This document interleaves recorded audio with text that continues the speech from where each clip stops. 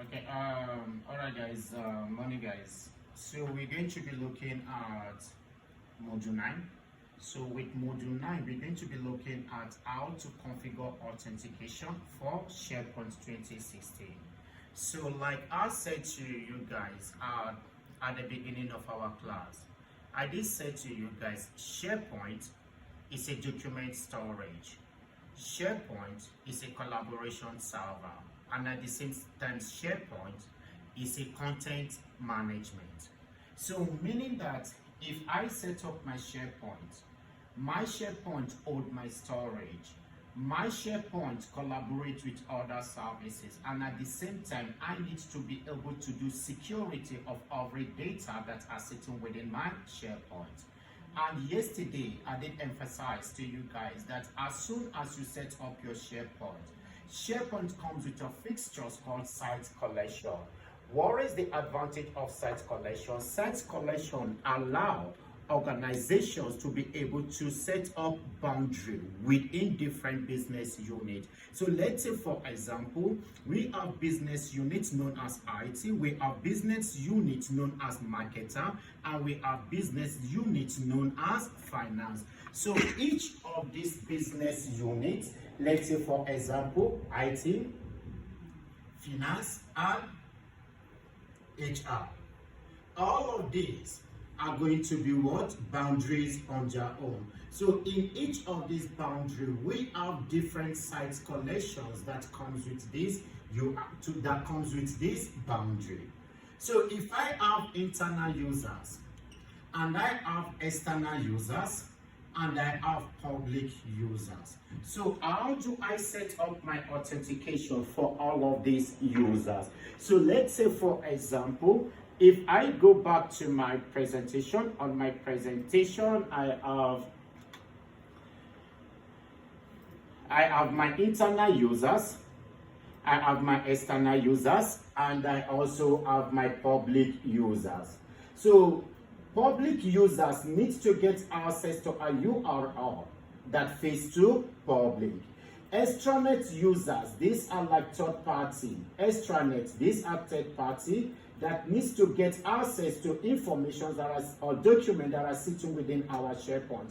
Public users, these are users that needs to get access to documents that are sitting within our SharePoint. Internal users, these are users within our authentication. So what do I need to know? I need to know how to set up authentication for each of these users. So I need to know that if a certain user is coming from internal, what type of authentication do they need to use? If a certain user is coming from extranet, what type of authentication do they need to use? If a certain user is coming from public, what type of authentication they need to use? So SharePoint comes with different types of authentication. So we're going to be looking at the different types of authentications that comes with our SharePoint. So with SharePoint, we're going to be looking at the claim-based authentication, then NTLM and Kerberos authentication, and we're also going to be looking at the we're also going to be looking at the form-based authentication. So on each zone or on each intranet that you set up on your business on your SharePoint, you need to define the types of authentication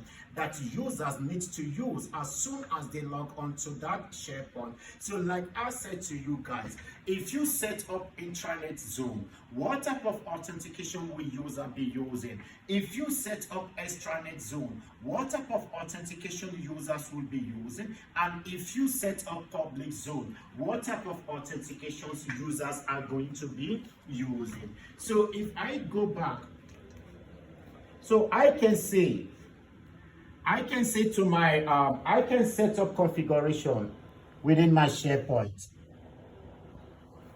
So I can set up did it stop? So I can set up authentication within my SharePoint. So I can say, let's say if I have extranet like I showed you guys, and I have intranet, and I have public. So I can say to my public, you guys should use what they call form-based authentication. I can say to my internal, I can say to my internal, you guys should use what they call Windows authentication.